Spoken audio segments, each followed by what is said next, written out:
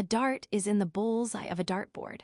Figure 5, one market segmentation, allows companies to focus their resources on their target markets, the markets where their marketing messages will best resonate.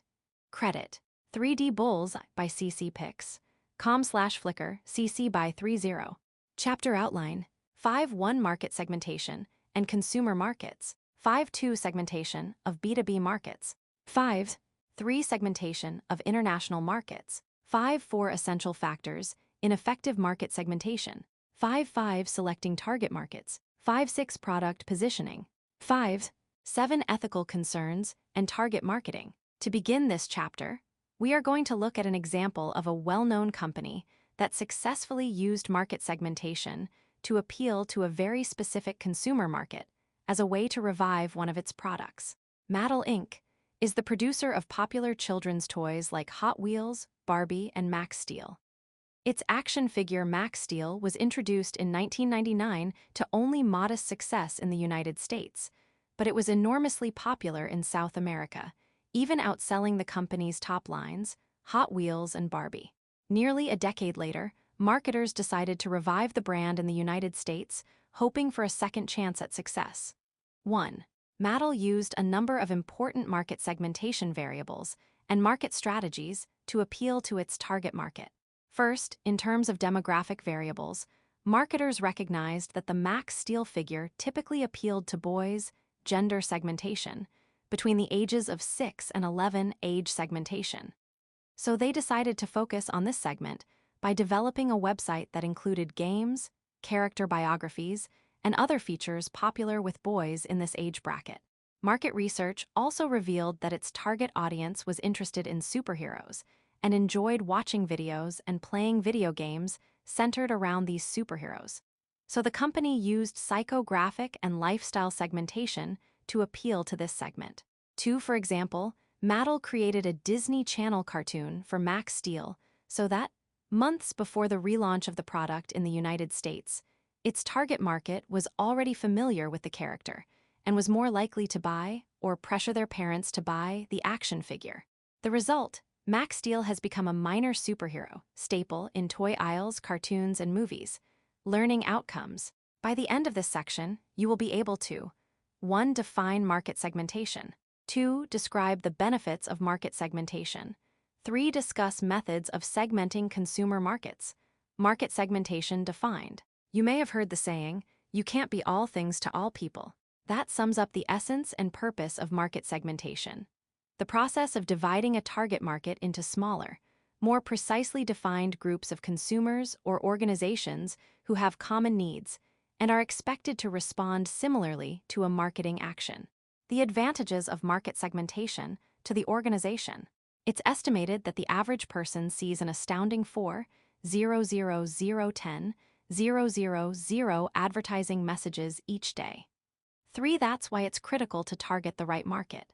Most marketers have limited advertising budgets, so using one marketing message to reach a broad audience may garner a few new customers, but it's likely to come at a high advertising cost. Consider a company that makes woodworking tools for the professional or home hobbyist.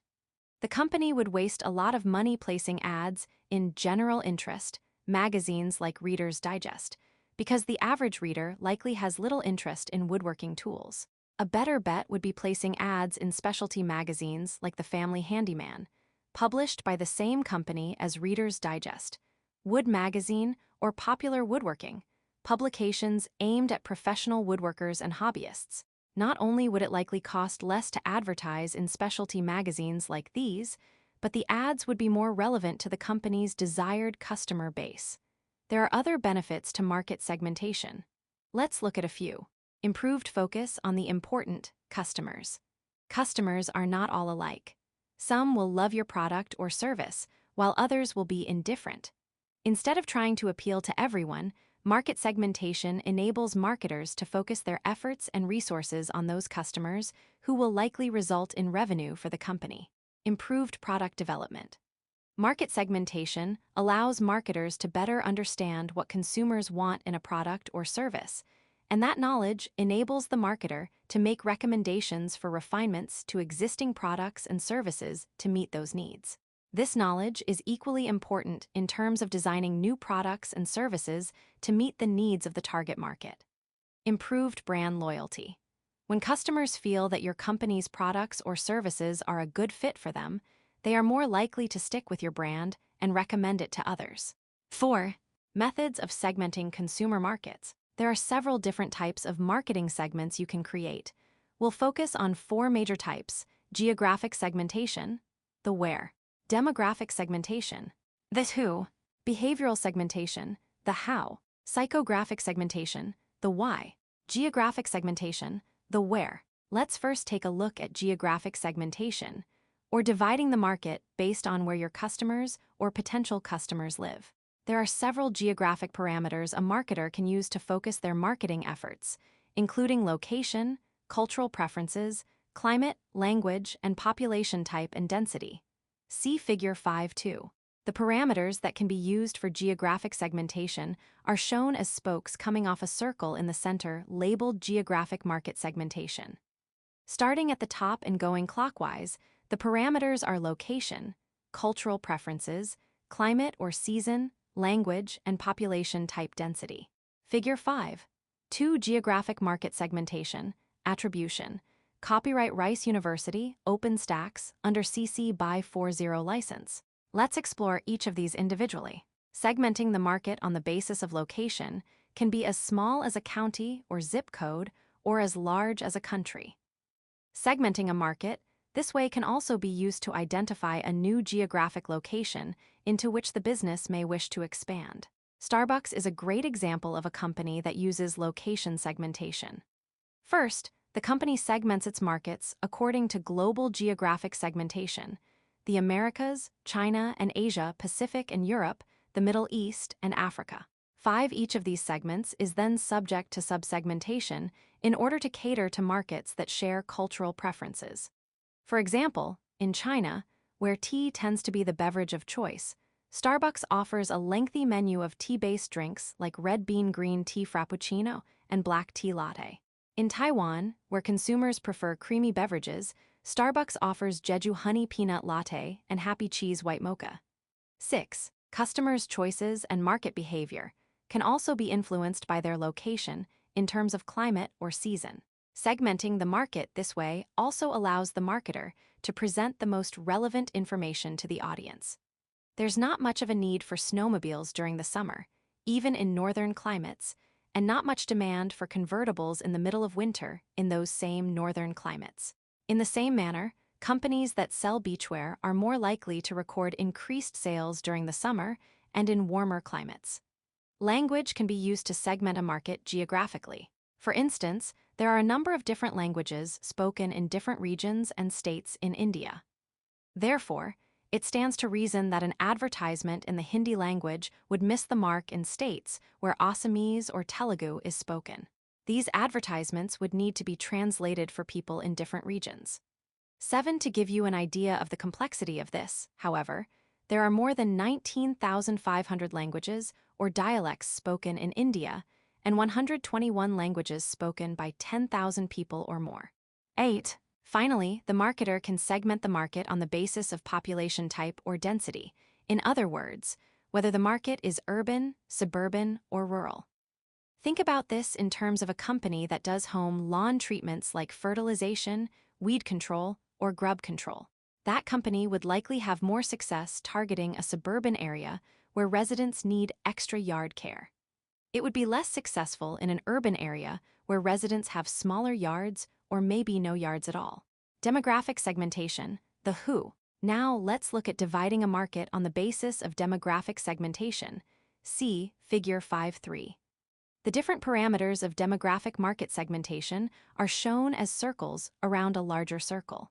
These parameters include gender, income, age, educational level, race, religion and ethnicity, occupation or job type, and family. Figure 5. 3. Demographic market segmentation, attribution. Copyright Rice University, OpenStax, under CC BY 40 license. With demographic segmentation, the marketer will divide the market into smaller groups, generally on the basis of common demographic factors such as gender, income, age, educational level, race, religion, ethnicity, occupation, or job type, and even family structure.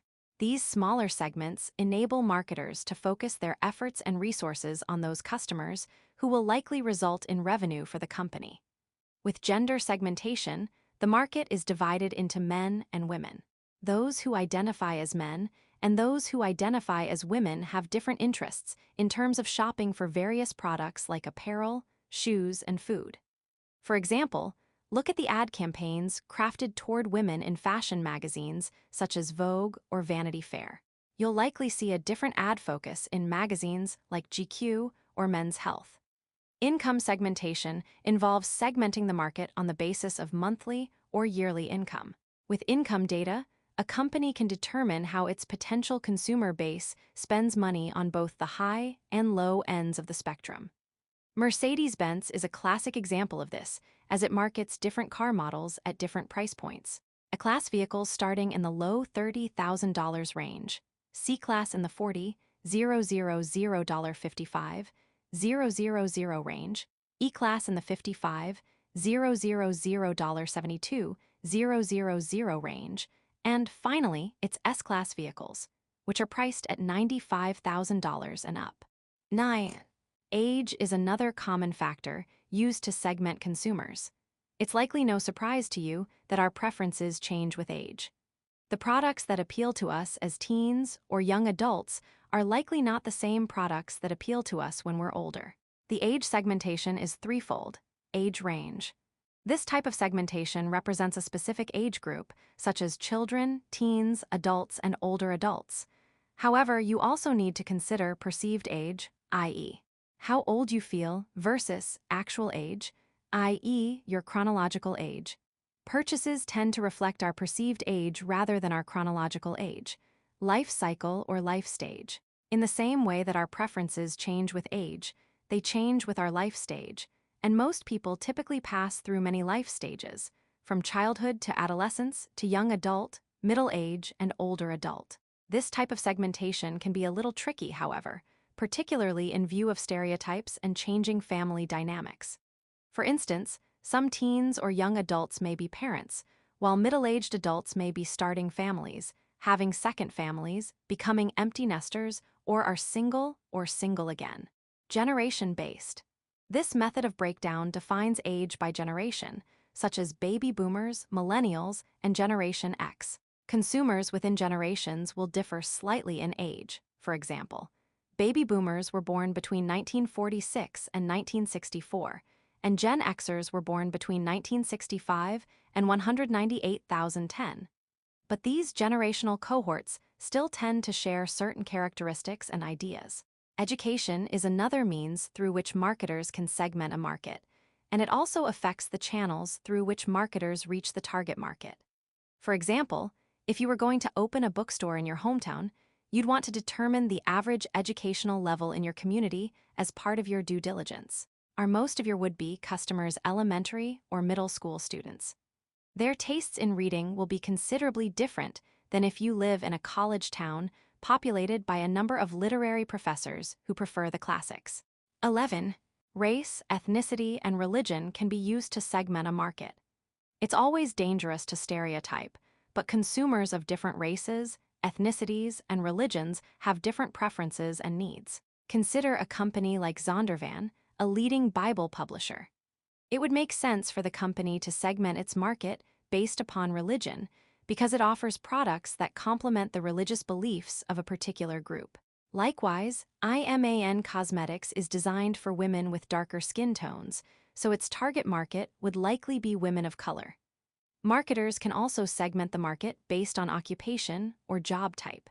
Focusing on a smaller segment of the market enables a company to make better use of its limited resources. For example, Allheart is a producer of medical scrubs, nursing uniforms, shoes, and medical accessories, so it has segmented the market to focus on medical professionals. Another example can be found with Safeguard, a producer of safety shoes and work boots that meet or exceed safety standards. This company targets workers in the construction and farming industries. Finally, a company can segment its market on the basis of family structure, marital status, whether there are children in the home, and the life stages of those in each family. Behavioral segmentation. This how behavioral segmentation divides consumers into market segments depending on their behavior patterns when interacting with a product or service. See Figure 5.4. The different behavior segments are benefit segmentation, occasion segmentation, and usage-based segmentation. Figure 5.4 Behavioral market segmentation, attribution.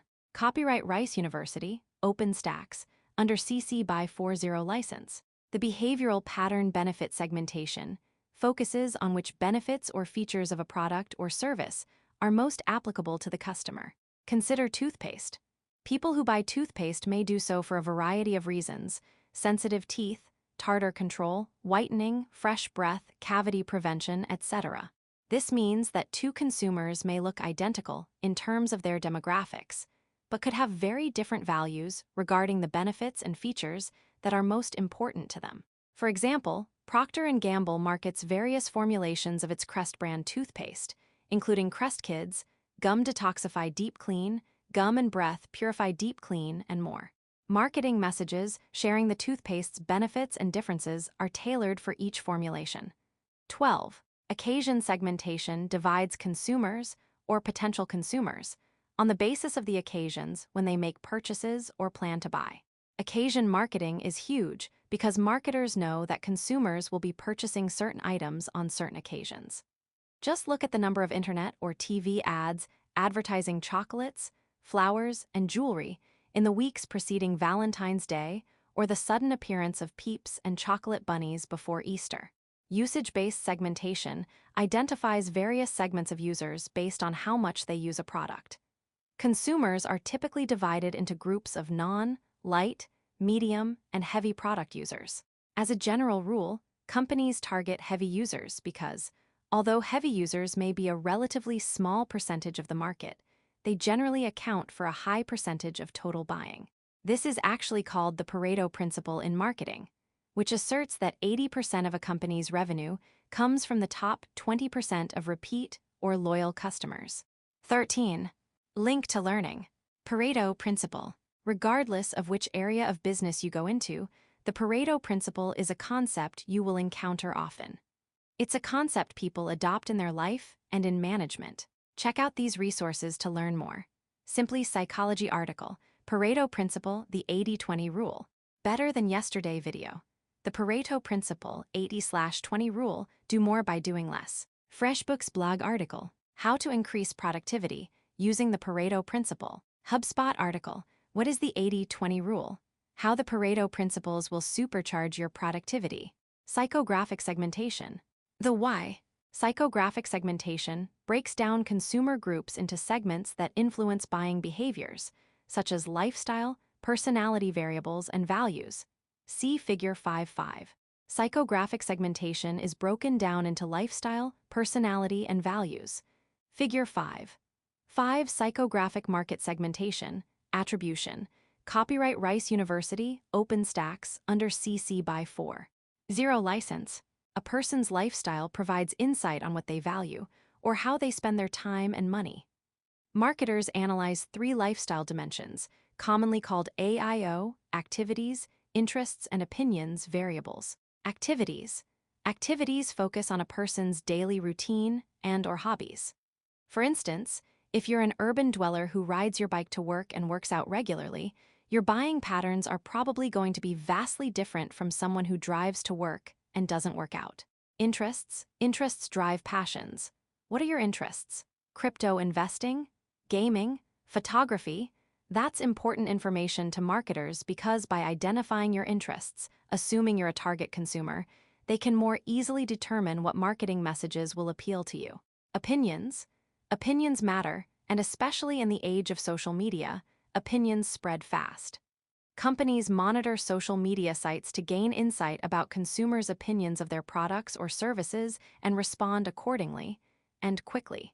Companies such as PepsiCo and MasterCard continuously monitor 24/7 all social media postings about their companies, products, and competitors worldwide. Link to learning. Social media segmentation. There are a number of ways to segment social media markets. Read more about it on HubSpot 8 simple ways to segment your social media audience. Understanding how social media influences market segmentation is critical. Read this article from Marketing Tech to gain insight. Marketers can also segment a market based on personality variables to create a group of people with similar personality traits, because personality and purchasing habits are strongly related. To illustrate this, look at the fitness tool mirror. This interactive home trainer has performed well in the market since its inception in 2018 because it targets those people who want to work out but can't find the time to go to the gym. Link to learning. Personality segmentation. Harley-Davidson is another great example of a company that segments its market based on personality. Check out this video from Harley-Davidson as an example of how it is sending a message that resonates with motorcycle riders. Values are the principles and important things that influence the way you live and work. As one example, environmental concerns are becoming a value issue for consumers, and they are looking for products from companies that are better for the earth. Knowing this, IKEA has incorporated a furniture buyback and resale program in the United States. If you have a piece of IKEA furniture that's an oldie but still a goodie and you want to retire it, IKEA will buy it back and help you pave the way towards sustainable living. 14. Another great example is Lululemon's new program. You can bring in any used Lululemon gear, trade it in at the store, get an e-gift card for use at a Lululemon store, and 100% of the new profits are reinvested in the company's sustainability initiatives. 15. In addition to the AIO model of psychographic segmentation, there is another model known as VALS, values, attitudes, and lifestyles, that segments consumers into 8 different types, as shown in Figure 5.6. The VALS framework categories are shown as circles connected to one another in a larger circle. Starting at the top and going clockwise, the categories are innovators, thinkers, believers, achievers, strivers, experiencers, makers, and survivors. Figure 5. 6. The VALS framework, attribution. Copyright Rice University, OpenStax, under CC by 40 license. The premise of VALS is relatively simple. If you know what consumers are thinking, you will know which promotions or marketing messages will attract them to your product or service. And you can use the framework to determine what consumers are thinking by determining their values, attitudes, and lifestyles. 16.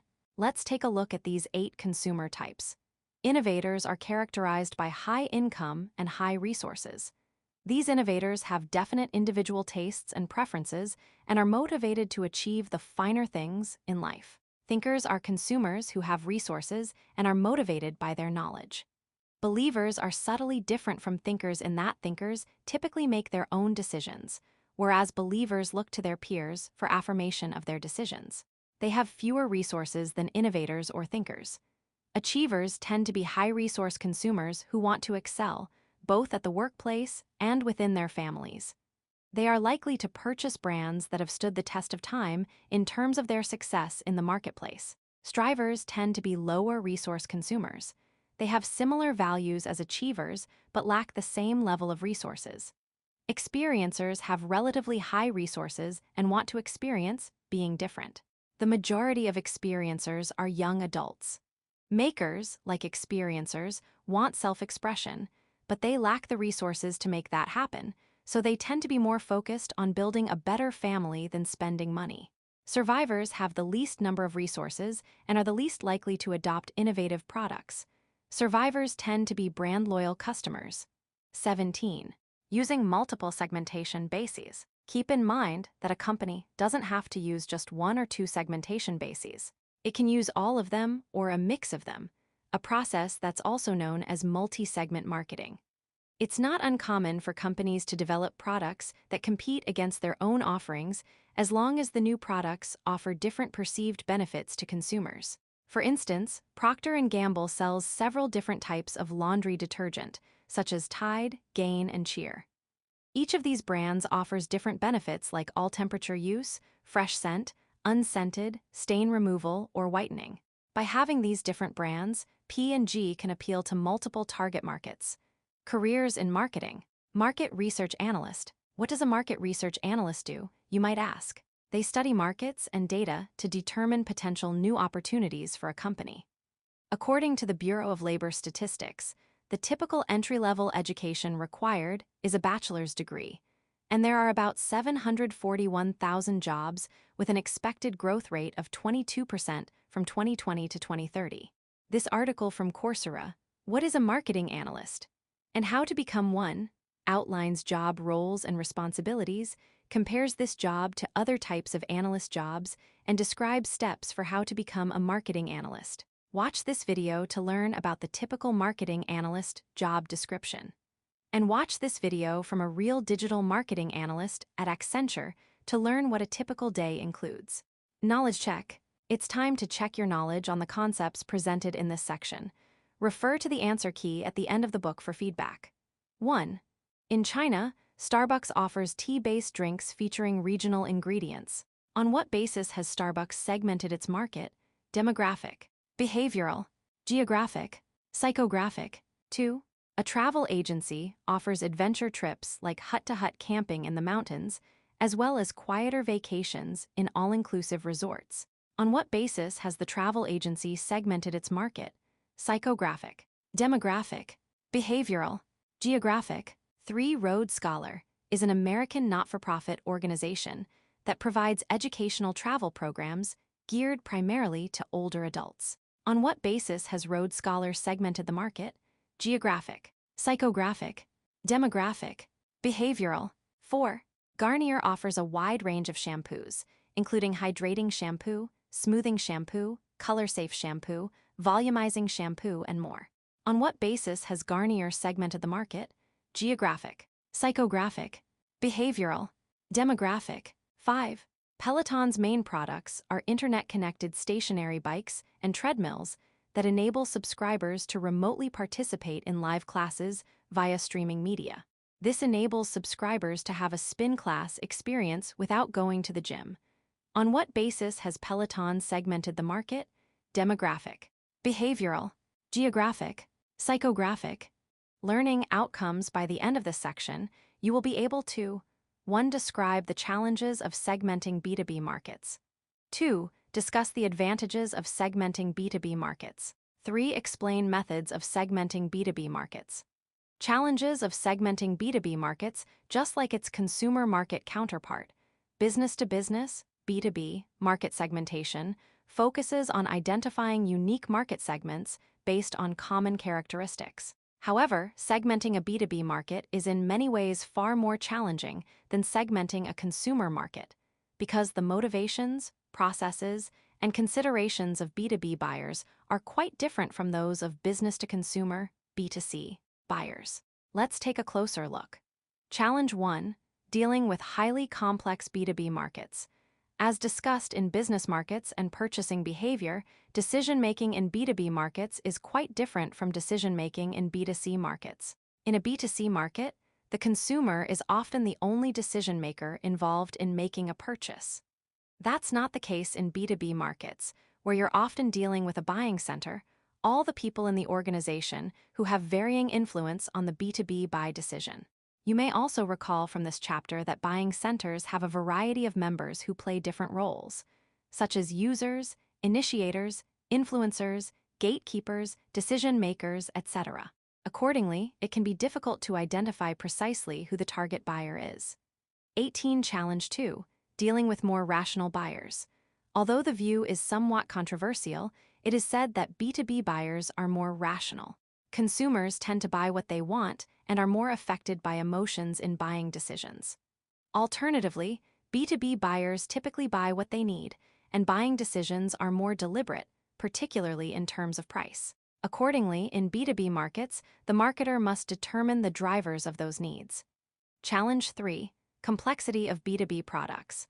Just as the decision-making unit in a B2B transaction is more complex, so too are the B2B products themselves. When you make a major purchase, like a high-definition TV, your choice is likely made on the basis of fairly simple criteria.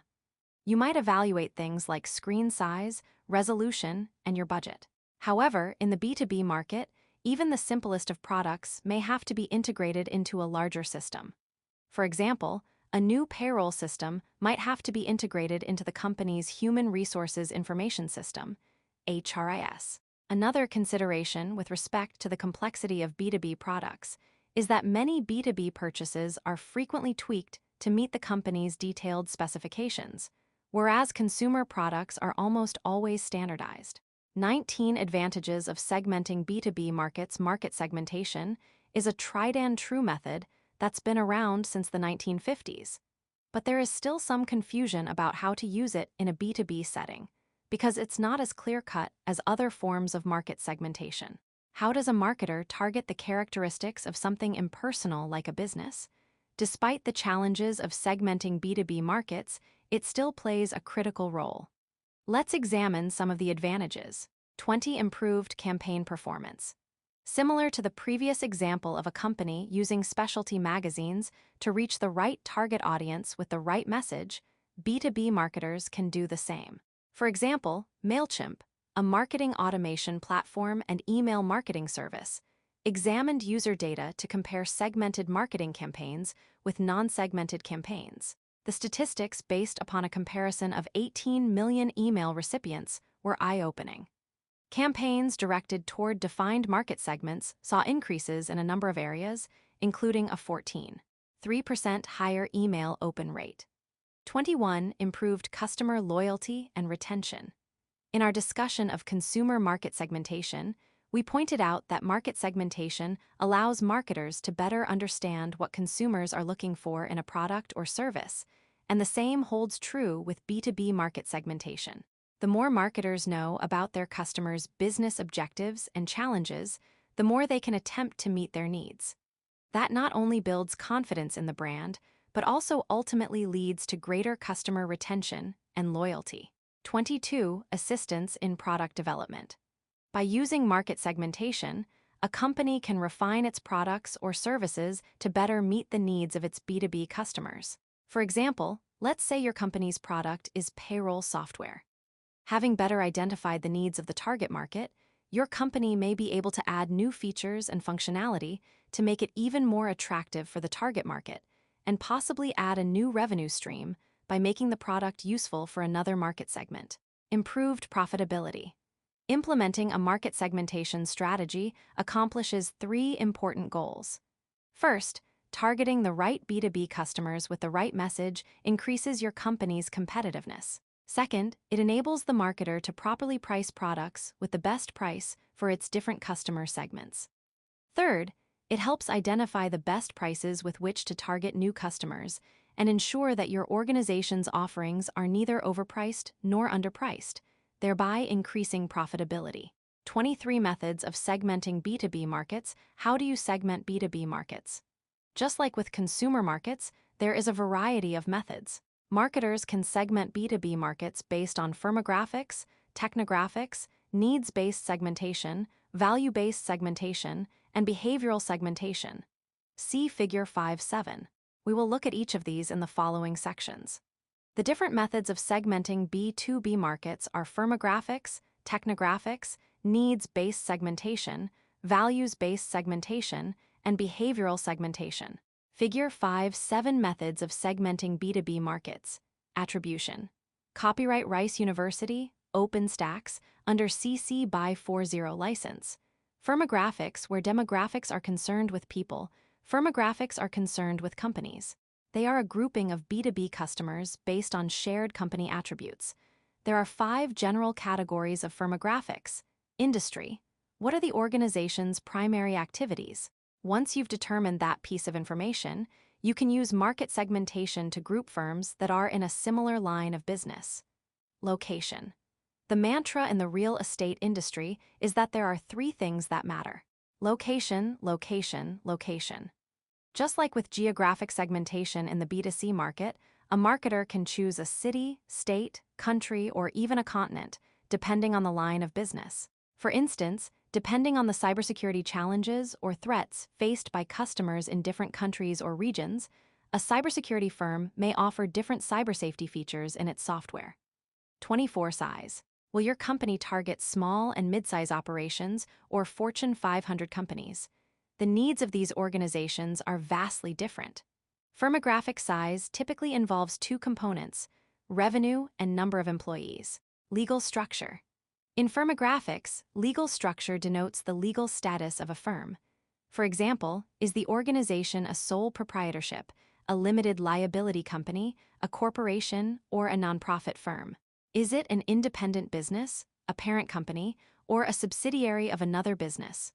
25. All of these factors are important to know in order to create targeted content.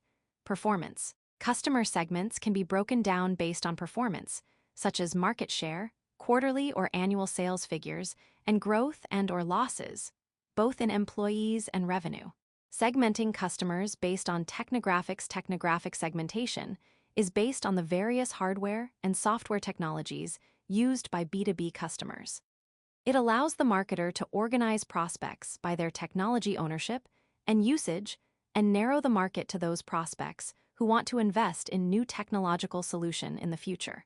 26. Needs-based segmentation. Think about it. What's the point of marketing a product or a service to an organization that doesn't need it? Needs-based segmentation is the concept that a marketer should focus limited resources on those customers that need the product and have the ability to purchase it. Needs-based segmentation clusters groups of customers on the basis of what they need or want when seeking a product. Does your company's product offer the features or benefits that the B2B buyer is seeking? Will the product meet the buyer's or company's needs? Those are the questions marketers need to answer when segmenting the B2B market based on needs. The late Theodore Levitt, an economist and a professor at Harvard Business School, once said, "People don't want to buy a quarter-inch drill. They want a quarter-inch hole." 27. Accordingly, rather than segmenting a market based on firmographics, many marketers choose to segment it based on what is valued by decision influencers. Value-based segmentation, sometimes called tiering or profitability segmentation, groups customers according to the potential value they may bring to a business. It places potential customers with the same value level or transactional worth into individual segments for target marketing. In its simplest terms, this approach is like the usage-based segmentation strategy of B2C markets. A marketer examines previous purchase data to determine how much a company buys, how frequently it buys, and the value of the purchases. 28. Behavioral segmentation. Behavioral segmentation considers the behavior of customers toward a company's products or services. We're not talking about two-way mirrors or covert operations here. This can be as simple as determining how the customer interacted with your company's website, what content they interacted with, and whether the customer opened your last marketing email. The marketer then segments customers on the basis of their interaction with the company and attempts to discern if customers within that segment have become more interested or less interested over time. Behavioral segmentation is often used together with value-based segmentation to identify which customers should be pursued to get greater value out of them. 29. Link to learning the importance of segmentation for more information on the importance of segmenting B2B customers. Check out this video, The Importance of Segmenting Your Customers. This video is from B2B Business International Market Research, a market research company, and it speaks to the importance and value of knowing your customers. Knowledge check. It's time to check your knowledge on the concepts presented in this section. Refer to the answer key at the end of the book for feedback. 1. Hoffman Enterprises, a manufacturer of electronic controls for appliances, has segmented its customers based upon the size of the company in terms of revenue and its geographic location. What method of segmenting B2B markets is Hoffman Enterprises using? Technographics, behavioral firmographics, needs-based 2. Meishes is a marketing manager for a company whose product integrates with customer relationship management, CRM, systems such as Salesforce. In order to segment the market, he researches which companies currently use Salesforce as well as any other complementary or competing tools. On what basis is Meishes segmenting the market? Technographics, value-based behavioral firmographics 3. Which form of B2B market segmentation differentiates customers according to their transactional worth? Behavioral firmographics, value-based needs-based 4. Which form of B2B market segmentation groups customers based on sets of characteristics such as industry, location, size, legal structure, and performance. Technographics, psychographics, firmographics, demographics. 5. Which B2B market segmentation strategy clusters groups of customers on the basis of what features they normally look for in a product. Firmographics, behavioral technographics, needs-based. Learning outcomes. By the end of this section, you will be able to 1. Describe the challenges of segmenting international markets. 2. Discuss the advantages of segmenting international markets. 3. Explain methods of segmenting international markets. Challenges of segmenting international markets. As we've outlined in this chapter, companies can't be all things to all people because buyers differ in terms of their needs, wants, and demands. Accordingly, just as with consumer markets and B2B markets, companies typically find it necessary to segment international markets. That's not to say that segmenting international markets is easy. Rather, the reverse is true. It adds a whole new set of complications, including differences in cultural, economic, and political environments in various countries. Additionally, because of those cultural, economic, and political differences, consumers in international markets tend to be more diverse in character than domestic markets. Moreover, the range of income levels and populations and the diversity of lifestyles in international markets tend to be significantly greater than in the domestic market. 30. Accordingly, a single marketing strategy for all segments is questionable at best. Advantages of segmenting international markets. The advantages of segmenting international markets aren't all that different from the advantages of segmenting the consumer or B2B markets, but there are some subtle differences. A marketer in the United States may have a much easier time understanding the needs and wants of U.S. consumers, but that may not be the case with international consumers. Segmenting the international market and conducting market research allows the marketer to have a better understanding of international customers. It also enables the marketer to identify similarities and differences across international markets, which may lead them to combine segments across countries or even regions. 31 methods of segmenting international markets. There are 4 primary methods of segmenting international markets, as shown in Figure 5.8. The 4 methods of segmenting international markets are geographical factors, economic factors, political/legal factors, and cultural factors. Figure 5.8. Segmenting international markets. Attribution. Copyright Rice University, OpenStax, under CC by 40 license. Geographic segmentation. Just as with domestic markets, international markets can be segmented geographically. A company might segment by regions, such as Western Europe, the Middle East, Africa, Latin America, etc. Keep in mind, however, that although geographic segmentation groups countries by location, they may be very different from one another in other respects. For example, if you were to consider the countries included in a Western European region, you'd find that, both culturally and economically, the United Kingdom and Scotland are very similar, but both differ significantly from neighboring Ireland. 32. Similarly, people in West Africa tend to share similarities in dress, cuisine, and music, but these characteristics aren't shared extensively with groups outside of West Africa. 33. In terms of geographic segmentation, marketers also need to consider the infrastructure of the country, the basic physical systems of the nation, such as roads, sewage treatment, communication, water treatment, electricity, etc. You may have the best product for the consumers in the international market segment, but if the infrastructure is such that you can't reasonably get the products to the consumers, that represents a restraining force that limits the opportunity. Although the project is controversial, China has invested billions of dollars in an effort to strengthen its economy and global trade through its Belt and Road Initiative (BRI), a vast network of railways, energy pipelines, and highways through 6 economic corridors, both westward through former Soviet republics and southward to Pakistan, India, and Southeast Asia. In order to expand maritime trade traffic, China is investing in port development along the Indian Ocean, from Southeast Asia to East Africa and parts of Europe. The BRI spans a multitude of infrastructure projects intended to promote the flow of goods and foreign investment, and is expected to impact more than 80 countries. 34 segmentation based on political and legal factors, as you've seen from our discussion of segmenting consumer markets. It's often done on the basis of factors such as age, gender, product usage, personality, etc. That's true as well in international markets, but the marketer needs to add still another dimension: country characteristics. These characteristics are typically political and legal factors, such as the type and stability of the government, how receptive the government is to foreign firms, monetary regulations, and how complex the bureaucracy of the nation is.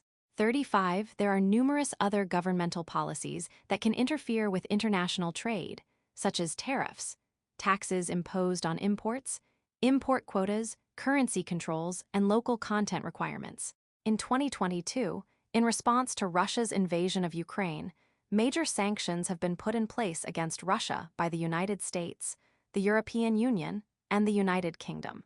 For example, the United Kingdom imposed a 35% tax on some Russian imports, and several international companies like McDonald's, Coca-Cola, Starbucks, and Marks & Spencer have either suspended operations in Russia or have withdrawn altogether. It doesn't take much to imagine the financial impact on Russia as a result of these sanctions. 36. Segmentation based on economic factors. Still another way to segment markets internationally is on the basis of economic factors, the level of economic development, and the income levels of the population. This is often differentiated on the basis of whether the country is developing, developed, or underdeveloped. This classification is based on the nation's economic status, i.e., gross domestic product, gross national product, per capita income, degree of industrialization, and standard of living. Developed countries typically have a high rate of industrialization and a relatively high level of individual income. Unemployment and poverty are typically low in developed nations, and citizens enjoy a relatively high standard of living, along with higher life expectancy. 37. It's likely in developed nations that companies will focus their international marketing efforts. According to the United Nations in 2020, 36 countries were classified as developed. Interestingly enough, all of these countries were located in either North America, Europe, or developed Asia and Pacific. 38 developing countries, on the other hand, have a lower standard of living, a lower per capita income, and a slow rate of industrialization. Unemployment and poverty tend to be relatively high compared to developed countries, as are infant mortality rates. 39. The United Nations categorized 126 countries as developing, and all of these were located in either Africa, Asia, Latin America, or the Caribbean. 40 underdeveloped countries are less developed economically than most other nations. These countries typically have little industry, and the standard of living is considerably lower than in developed or developing countries. Infrastructure may also be compromised in terms of roads, sewage treatment, water quality, etc., as a general rule. Although there may be an attractive market for your company's product or service in an underdeveloped country, the challenges of getting the product into the customer's hands are often difficult to overcome. Segmentation based on cultural factors, such as common language, religions, values, and attitudes, can also be used to segment a country or region. McDonald's uses a think global, act local strategy to help meet the cultural needs of various market segments. On one hand, it offers a standardized menu of offerings worldwide, like McNuggets and the McFlurry. On the other hand, it customizes other offerings on its menu to adapt to the cultural requirements of consumers.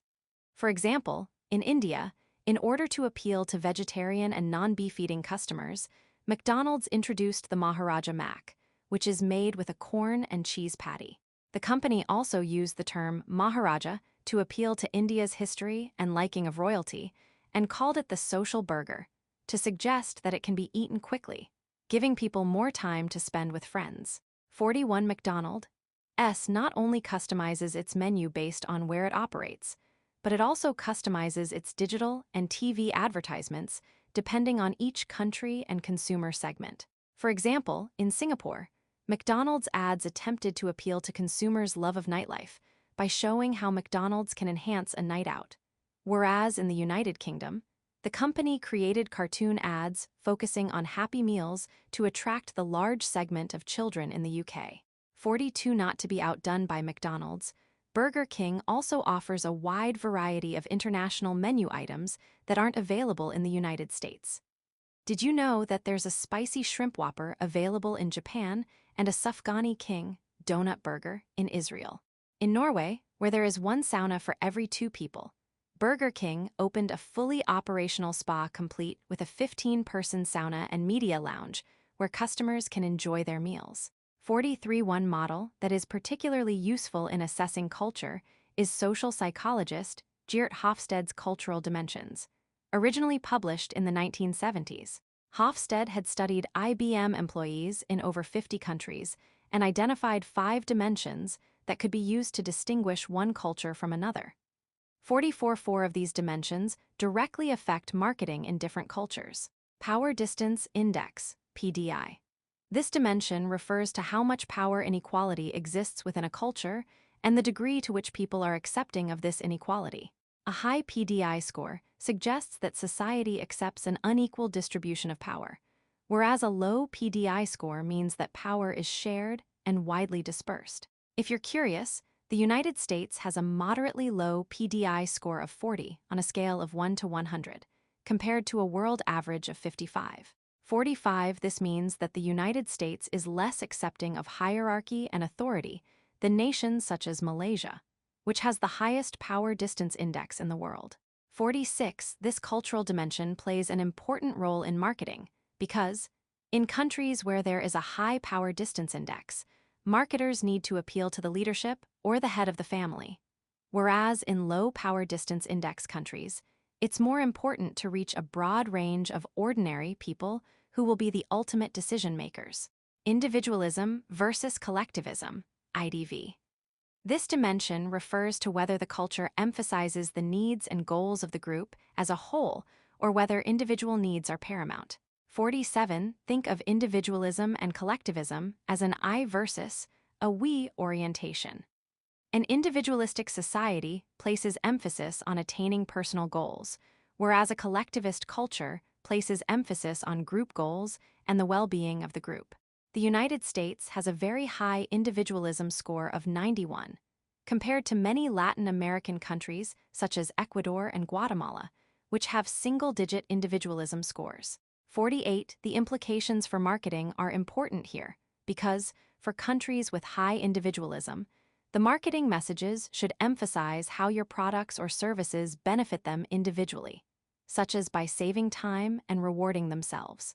On the other hand, in countries with a low individualism ranking, it's more important to stress how buying your company's products will benefit the community as a whole. Uncertainty avoidance, UAI. This dimension refers to the degree to which a society avoids risk or ambiguity. Societies with a high degree of uncertainty avoidance compensate for this uncertainty by establishing rules, policies, and procedures, whereas societies with low uncertainty avoidance more readily accept change. The UAI for the United States is 46, putting it into the moderate range compared to European nations like Italy, UAI of 75, and Poland, UAI of 93. 49. Let's consider how this affects marketing. Cultures with high uncertainty avoidance generally prefer to have product characteristics clearly spelled out, complete with product warranties and money-back guarantees. For example, if you want to market automobiles in that type of culture, it would be important to focus on the safety features of the car. Conversely, cultures with low uncertainty avoidance are more accepting of trying something new. Masculinity-femininity, MAS. This dimension refers to the degree to which gender-specific roles are valued in the society. Are masculine values such as achievement, ambition, and acquisition, or feminine values such as quality of life and service to others valued more?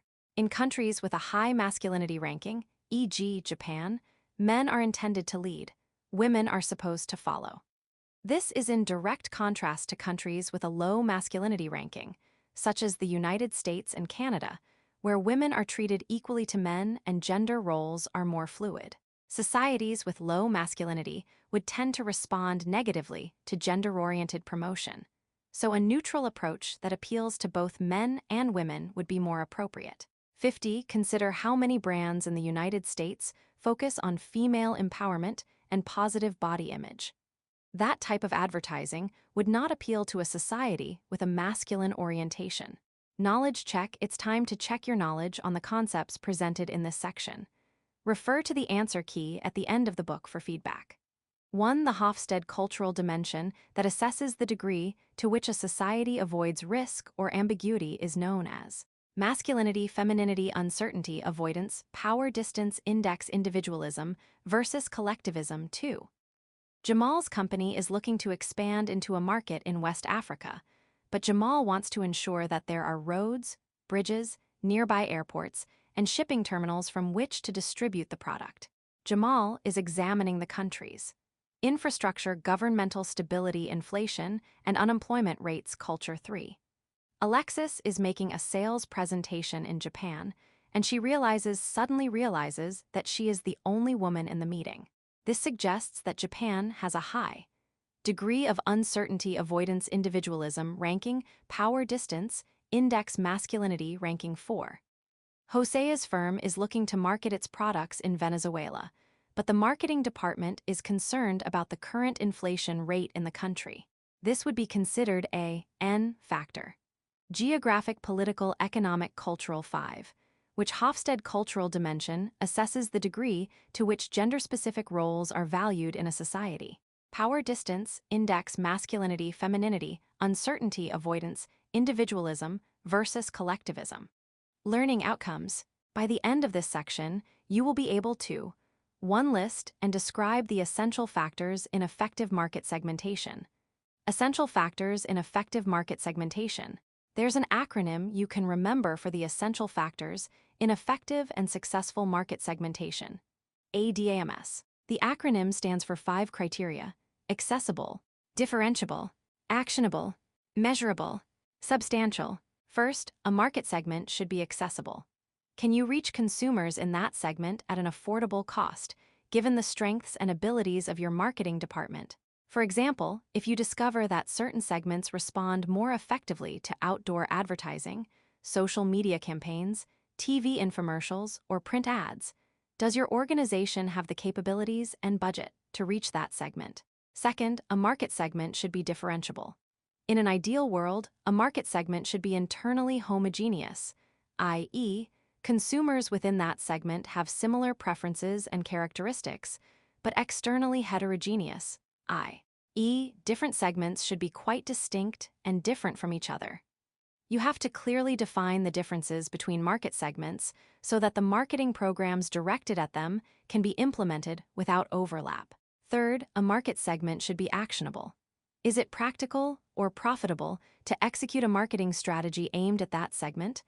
A market segment should be able to respond to a certain marketing strategy and have outcomes, e.g., awareness, interest, or purchase, that can be easily quantified.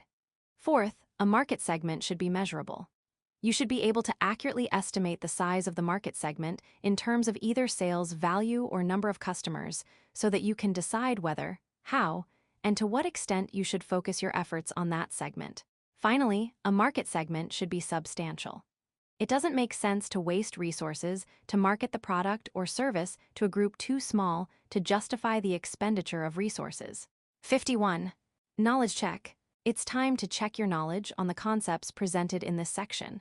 Refer to the answer key at the end of the book for feedback. 1. Matthias is a marketer for a consumer products company. His company is considering marketing a new breakfast drink, but Matthias wants to make certain that there is a sufficient number of consumers in his target audience to make the new product development process worthwhile. Which essential factor of market segmentation is he analyzing? Accessible, differentiable, actionable, measurable. 2. Wall Enterprises is considering developing a new product for a market segment that has been identified by marketing research. However, based on the research, it appears that the market segment may be smaller than originally anticipated. Which essential factor of market segmentation does this reflect? Accessible, differentiable, substantial, actionable. 3. Alma is analyzing the market segment she has identified for a new service to determine whether her firm can reach the consumers in that market within the constraints of her budget, given the resources of the firm. Which essential factor of market segmentation does this reflect? Accessible, actionable, substantial, measurable. 4. Idris has been researching a potential market segment for his company's new product. He is concerned that, although the product holds considerable promise, the advertising campaign would be beyond the company's budget. Which essential factor of market segmentation appears to be lacking in Idris's analysis? Differentiable, substantial, measurable, accessible. 5. Which essential factor in selecting a target market refers to the ability to accurately determine the size of the market in terms of either sales volume or number of customers? Actionable, differentiable, measurable, substantial, learning outcomes. By the end of this section, you will be able to 1. Define target market. 2. Explain target market strategies. Target markets defined. Ultimately, the purpose of segmenting a market is to highlight the differences between groups of customers so that you can decide on which group to focus your marketing efforts and resources. That's your target market. Figure 5. 9. 3 darts are in the bullseye of a dartboard. Figure 5. 9. Target marketing involves segmenting customer groups and focusing marketing resources on the segments that are most likely to purchase the product or service. Credit 3 Arrows in the Center of a Dartboard by Marco Verch/Flickr, CC by 20. Think of your target market in terms of focusing your marketing resources on segments that are more likely to buy from you. The bottom line is that target marketing is a more efficient, effective, and affordable way to reach customers and generate business. It's simply a subset of the total market. Keep in mind that the target market isn't the same as the target audience. The target audience is narrower in that it refers to the group of consumers you expect to actually purchase the product. The audience may or may not overlap with the target market. For example, a children's toy may have a target market of boys between the ages of 6 and 12, but it's the boys' parents who actually purchase the toy who are the target audience. Let's take a look at how LEGO has mastered this concept. Marketing in practice. LEGO. A jumbled pile of different-sized LEGO bricks is shown. Figure 5. 10 LEGO's segmentation strategy is to focus its marketing resources on parents who make the purchasing decisions and are interested in educating their children. Credit LEGO by Slackpick/Flickr, CC by 20. You might think that children are the primary target market of toy manufacturers, but smart toy marketers know that they also have to market to parents, because it's parents who actually buy the toys for their children. The marketers at LEGO, see Figure 510, seem to have figured this out and have made the brand parent-approved by combining fun for children with an educational twist. LEGO brands its products not only as a creative outlet for children, but also an opportunity to grow their interest in STEAM, a learning approach that incorporates science, technology, engineering, the arts, and mathematics. For example, one of its websites features education sets for children from preschool through middle school that promote learning through the toys. Another of its websites has an entire section of tips for playful parenting with LEGO bricks. 52. It also has websites for daily LEGO challenges and even daily build challenges and LEGO lessons for families at home. Parents today want to buy their children toys that are safe and fun and that help them learn, and LEGO seems to have been able to win over the hearts and money of its target audience. For more information about LEGO and STEAM, watch this video from Kansas City PBS. Another important concept in target marketing is what's known as a buyer persona. A buyer persona is a semi-fictional representation of an ideal customer that helps marketers understand and relate to the target market. Buyer personas are intended to help marketers visualize those to whom they are selling so they can fine-tune their marketing messages. Best Buy used personas in precisely this way.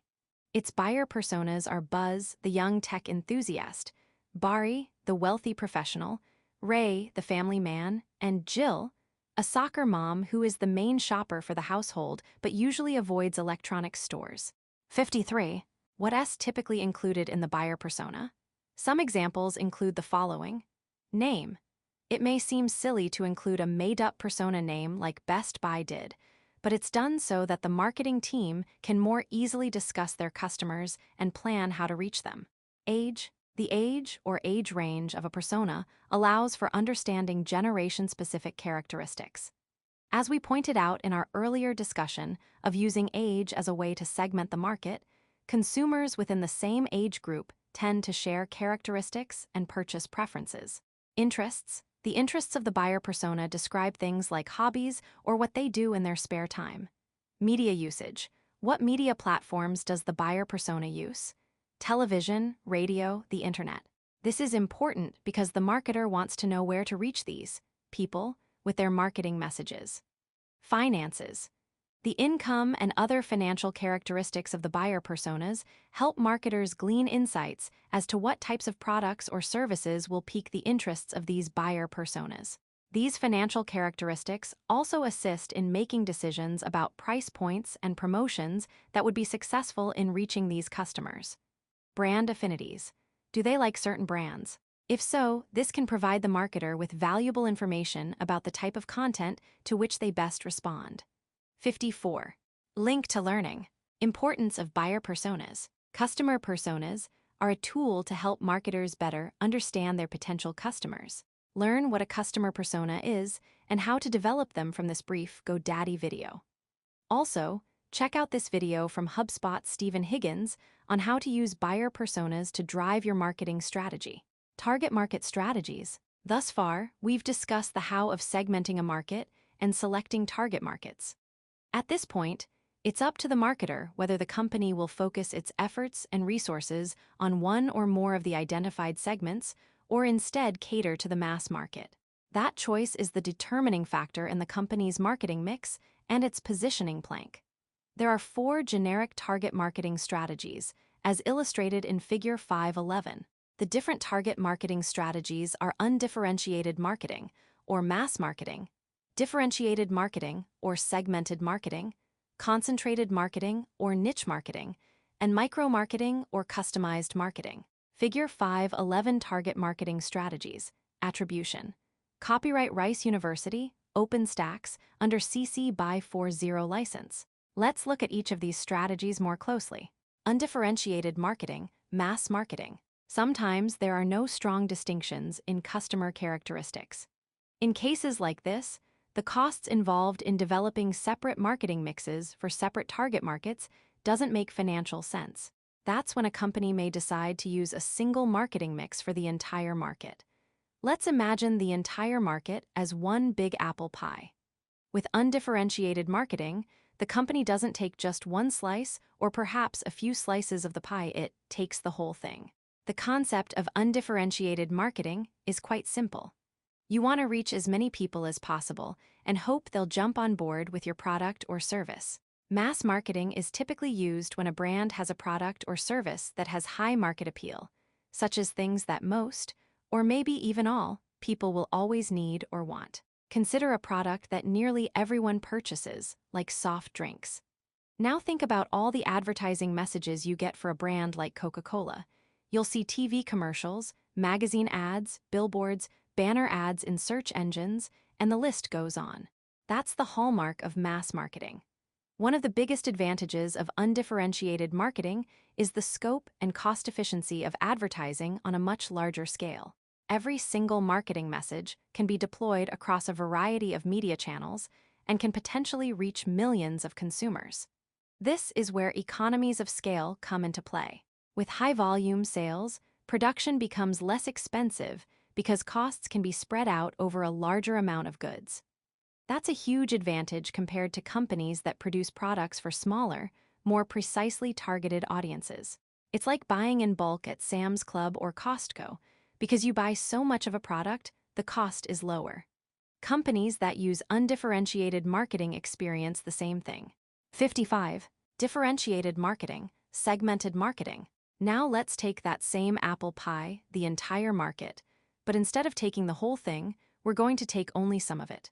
Perhaps we'll take just a few slices, or maybe we'll take more.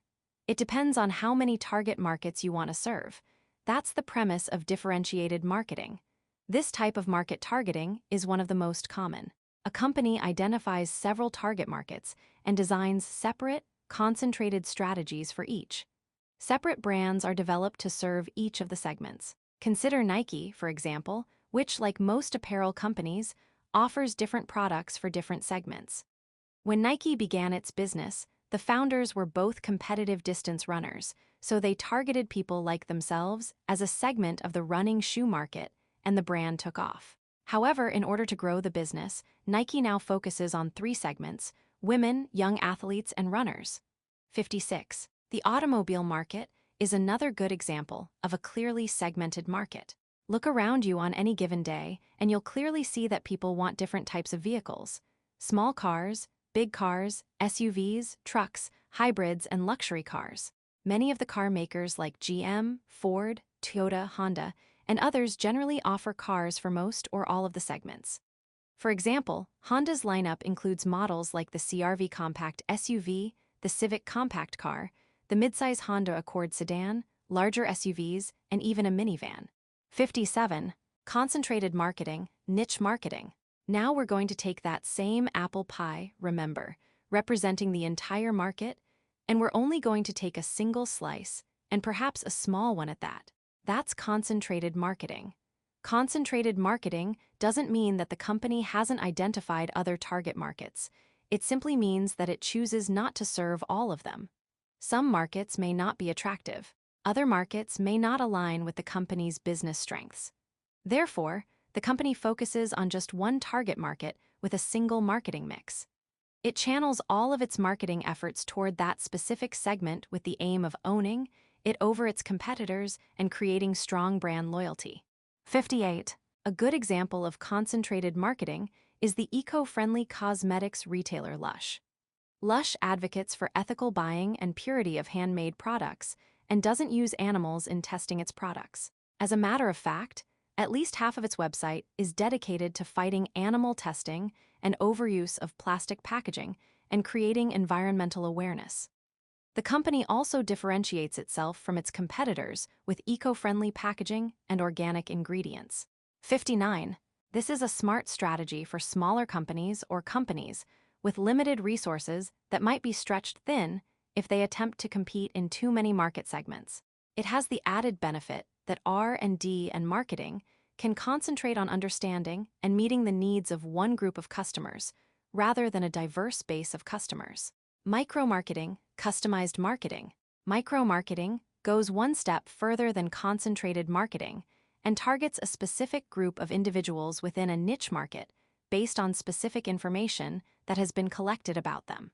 For a good example of micro-marketing, consider the real estate industry. A realtor may specialize in commercial sales or residential sales.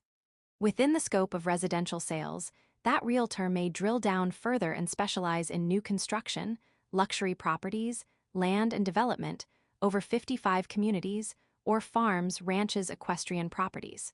Now let's assume that you're in the market for an expensive home in a particular area of the city. You'd likely contact a realtor who has developed a reputation in dealing with properties in a specific price range and knows the area where you'd like to move. That realtor is going to consider your specific needs and demands and will invest their efforts in finding a property that meets as many of your requirements as possible. That's micro-marketing.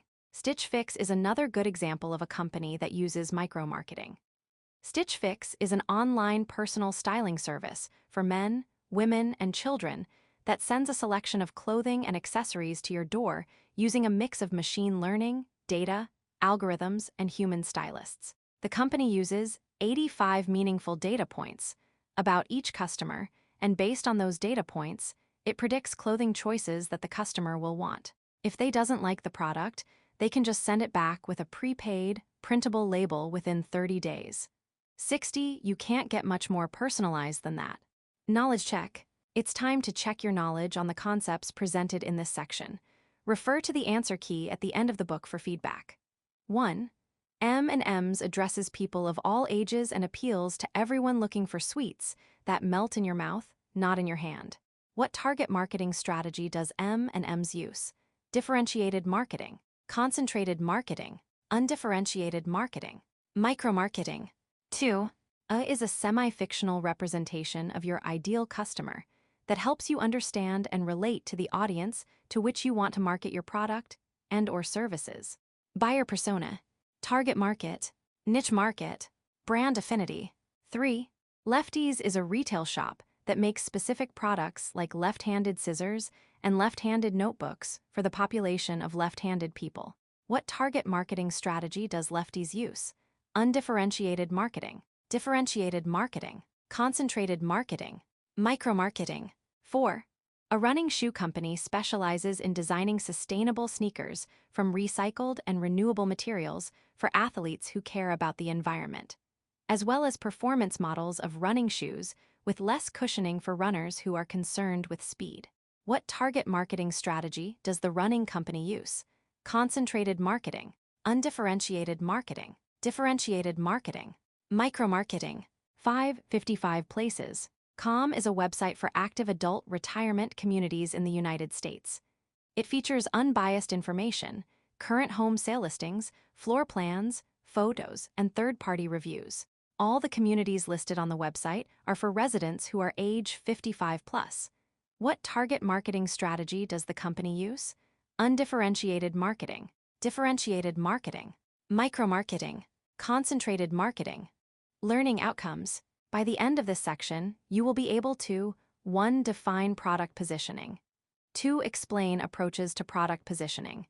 3. Describe the positioning statement and perceptual maps. Product positioning defined. So far, you've segmented the market by dividing the market into distinct groups of customers using the segmentation process, and you've determined which customer group.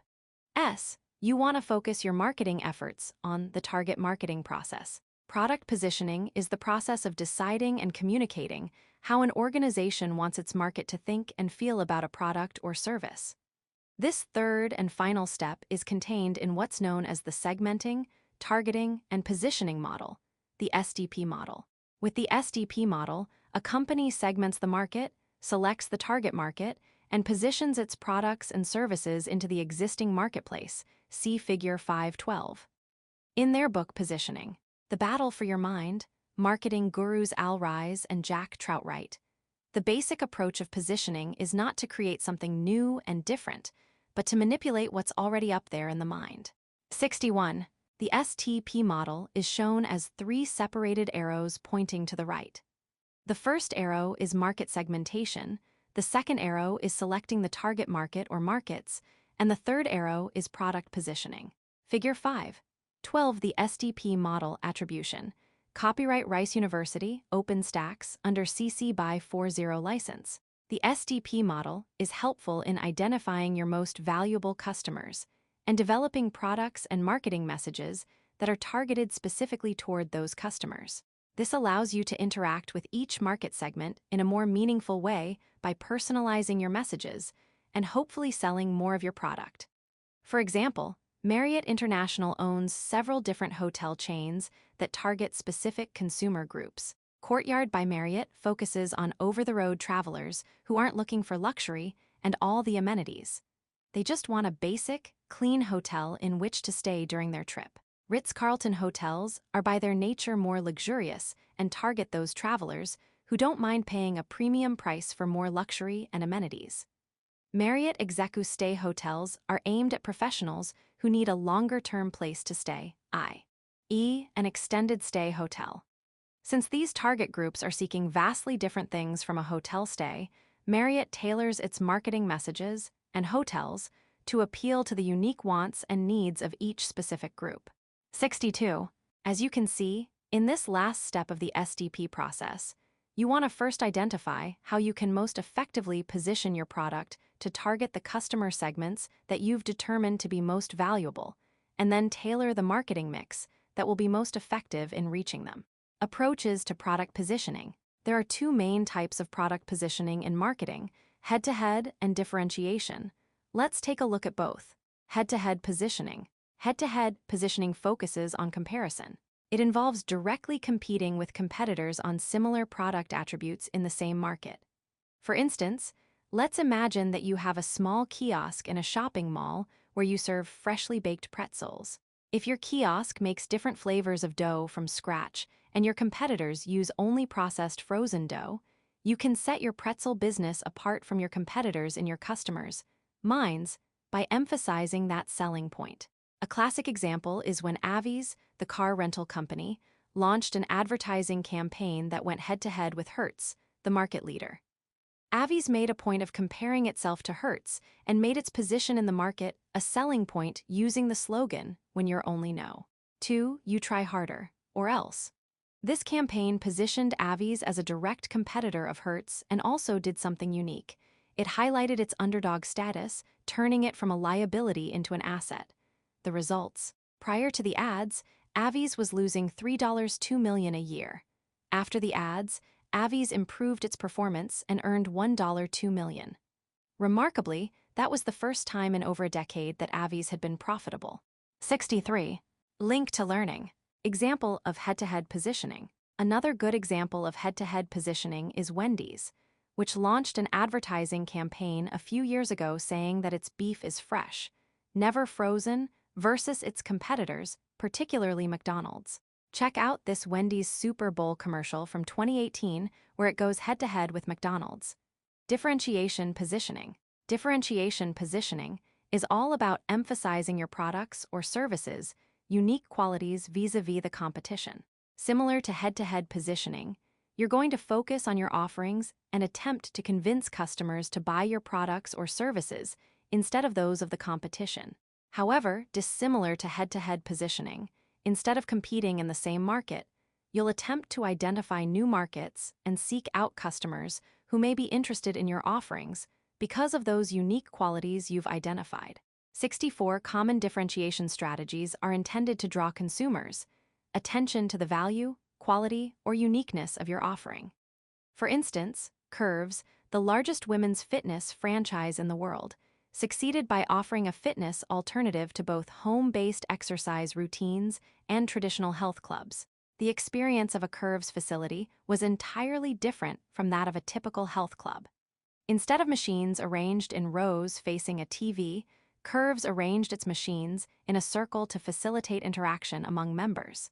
There were few, if any, mirrors and no men staring. The result was that Curves did not compete head-to-head with other health and exercise concepts. Rather, it created new demand. 65. Positioning statements. In your other college courses, you may have heard terms such as vision statement and mission statement. We're going to add a third term to your vocabulary, positioning statement. Essentially, a positioning statement briefly describes your brand, product, service, and target market. Not only does it define how your brand meets the customer's needs, but it also tries to clarify why it does so better than your competition. It answers the question, what experience do you want your customers to have with this product or service? Templates for writing your positioning statement abound.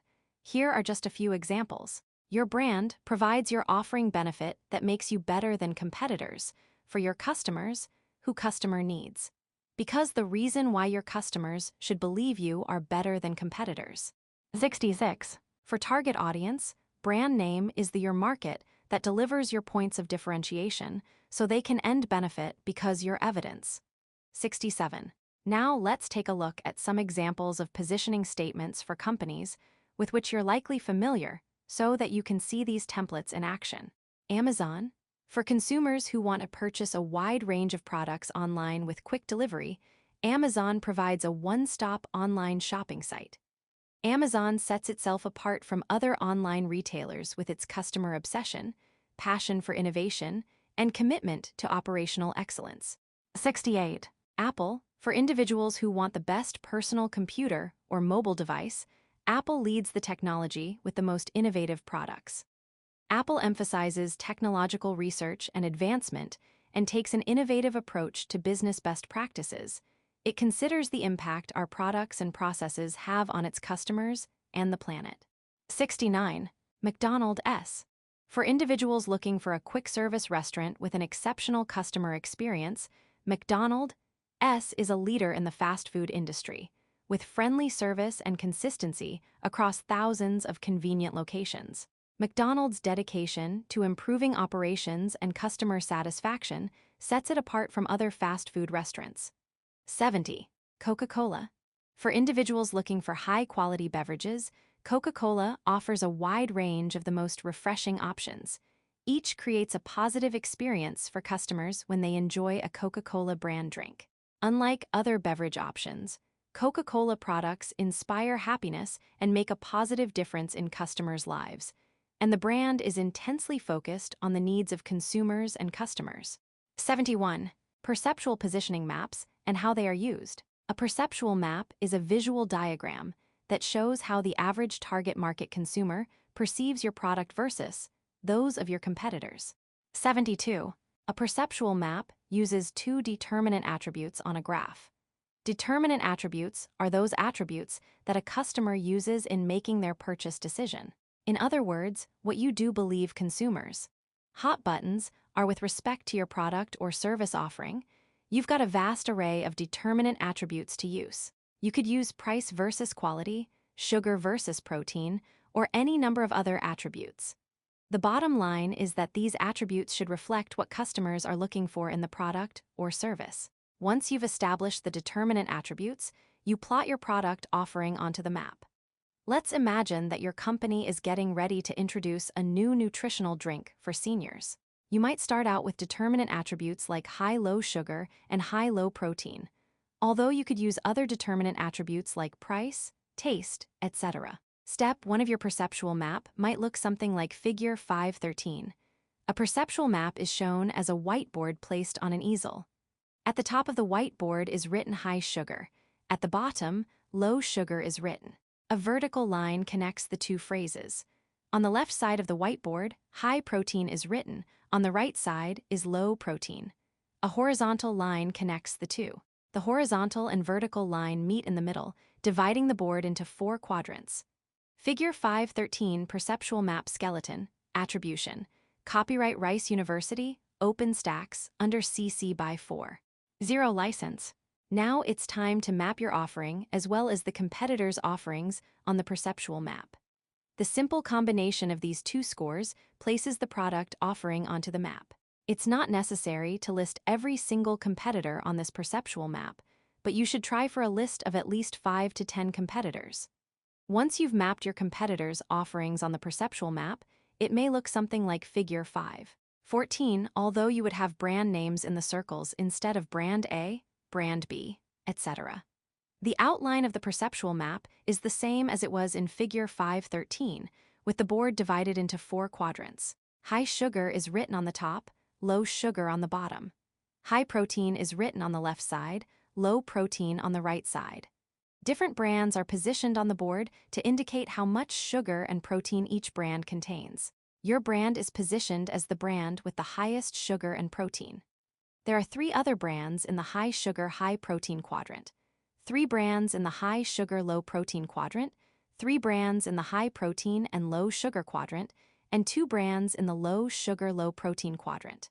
Figure 514 Sample Perceptual Map, Attribution. Copyright Rice University, OpenStax, under CC by 40 license. Once you have developed the perceptual map, you will have a clearer idea of where your product or service offering stands vis-a-vis your competition. You will look at which brands occupy the same space as your offering or a nearly identical space based on consumer attitudes.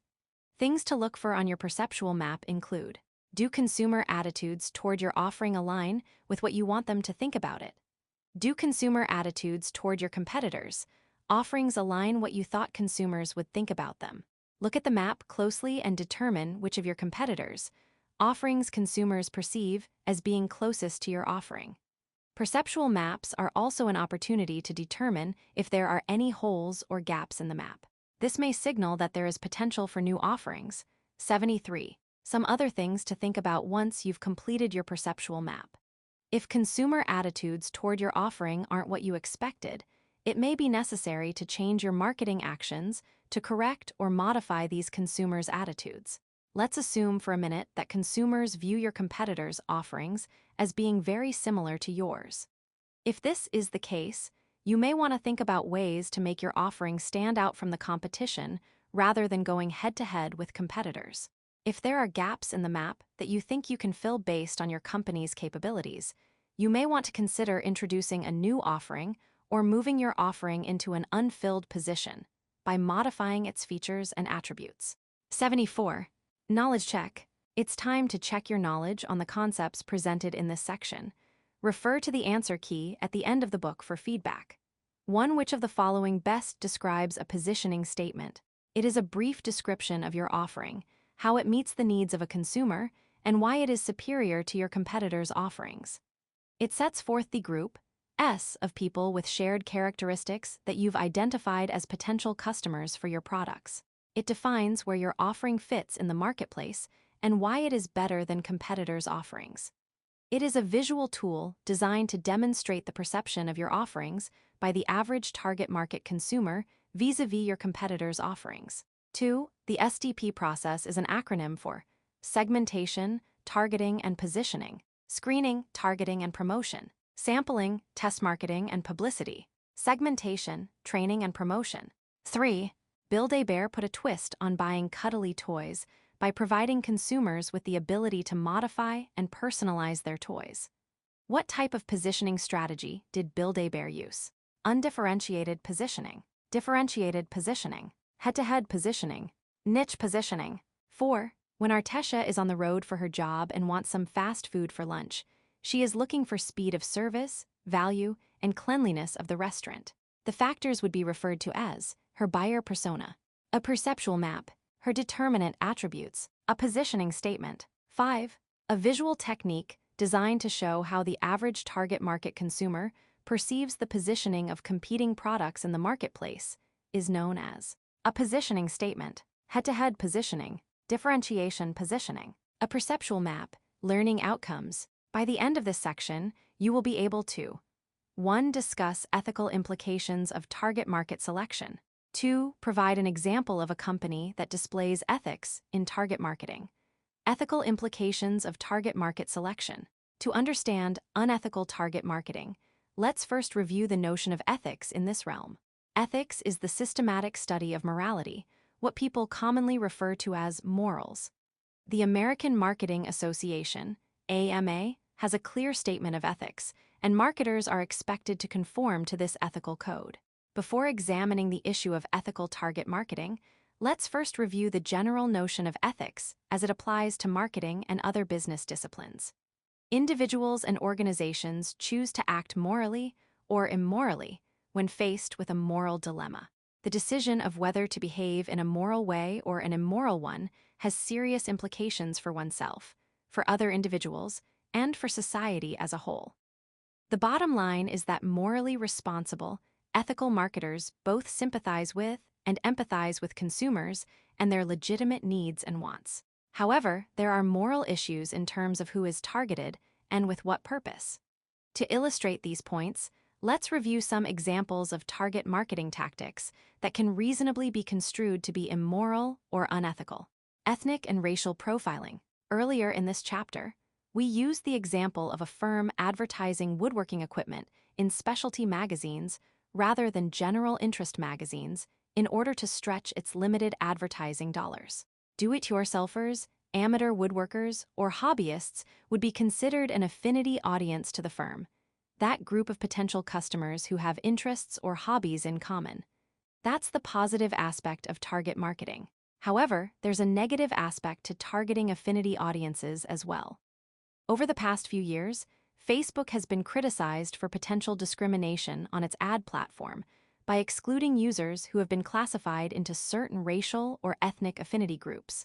As a matter of fact, Facebook was sued by the U.S. Department of Housing and Urban Development because its algorithms allowed advertisers to purposely target their ads by race, gender, and religion, potentially violating federal laws that prevent discrimination in ads for jobs, housing, and credit. 75.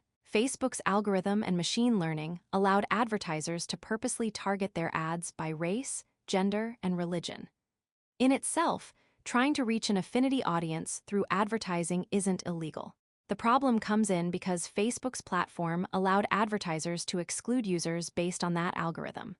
For example, with Facebook's ethnic affinity marketing product, the company has the ability to exclude users by race or ethnicity.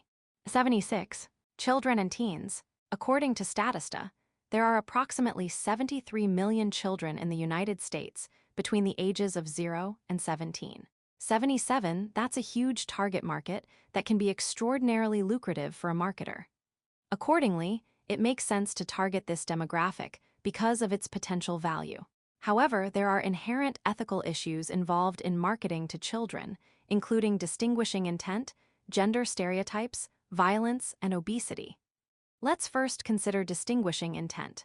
According to the American Psychological Association, APA, children under the age of 7 or 8 can't discern the persuasive intent of advertising. In other words, they don't realize that the marketing message is made to sell something to them. Instead, children tend to accept the content at face value and believe that it's true, accurate, fair, and unbiased. This lack of distinguishing intent can potentially exploit children because it takes advantage of their inability to make sound, calculated decisions about a product or service based on the available information. 78. Now let's consider gender stereotypes. At approximately age 2, children become conscious of the physical differences between boys and girls, and according to the Campaign for a Commercial-Free Childhood, CCFC, gender stereotyped messages can interfere with that process. Consider the number of gender stereotyped toys on the market today, or go to the toy section of any big box store. For example, there are approximately 40,000 Disney princess items on the market today, typically aimed at girls, whereas toys like Transformers are typically marketed to boys. 79. Violence is still another ethical issue to consider. Research indicates that more than half of TV shows and even some commercials, particularly those for video games, contain violence, and the concern is that watching violence may desensitize youth to it and may even suggest to youngsters that violence is an effective way to settle conflicts. 80. Another ethical issue is childhood obesity. According to the Centers for Disease Control and Prevention, CDC, childhood obesity has more than tripled since the 1970s, and it's estimated that 1 in 5 school-aged children is obese. 81. Yet watch the commercials on children's TV shows, and you'll find that they are almost completely dominated by unhealthy food products like candy, sugary cereal, and snacks. To their credit, some forward-thinking companies have made it a practice not to advertise to children under 12 because of the association with childhood obesity. For instance, according to the Council of Better Business Bureaus, Brax, Lemonhead, Ghirardelli, Jelly Belly, Peeps, Mike and Ike, and Welch's Fruit Snacks avoid advertising to children under 12. 82. Let's examine still another societal problem, vaping. According to recent studies, approximately 4 million students admit to vaping, an increase of over 2 million users. One of the major players in the industry is Juul, which has been criticized for targeting adolescents with colorful packaging, flavors like mint, creme, and mango, and a USB flash drive design that made the product small and easy to conceal in a backpack, pocket, or even a hoodie. 83. The problem has become so pervasive with young people that in June of 2022, the U.S. Food and Drug Administration was poised to issue an order removing Juul Labs' vaping products from the market. 84. Marketing to the elderly. Older adults are also often exploited by target marketers. Older adults often have fixed incomes along with health problems, and this has made them a popular target for products that give assurances of good health and affordability. The most common instances of bad ethics involve prescription drug targeting. Misleading statements about product efficacy are rampant, whether it's for a prominent drug manufacturer or a company that markets natural or organic products. The COVID-19 pandemic has seen this problem emerge in full force, with many brands touting a cure-all to alleviate the virus.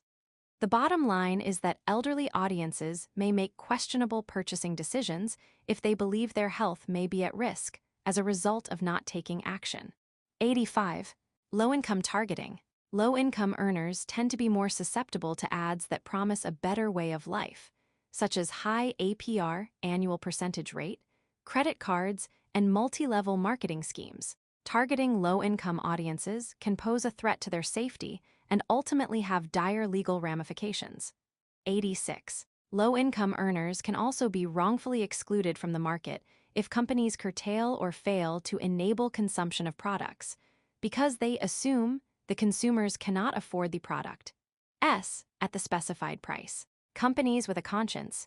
Subway, a submarine sandwich with lunch meat, cheese, lettuce, pickles, tomatoes, and onions is on a table. Figure 5.15, there are numerous ways to target markets, and Subway has chosen what many would call an ethical strategy because it focuses on offering families healthy options, unlike some of its competitors. Credit, sandwich by Jeffro/Flickr, CC by 20. We've just read about some of the ways that children are targeted in negative or unhealthy ways. So let's take a look at one company that tried to get it right. Subway, see Figure 5.15. Back in 2014, Subway aligned itself with then First Lady Michelle Obama's Let's Move initiative. The company vowed to spend $41 million over a 3-year period to promote a healthy eating program aimed specifically toward children.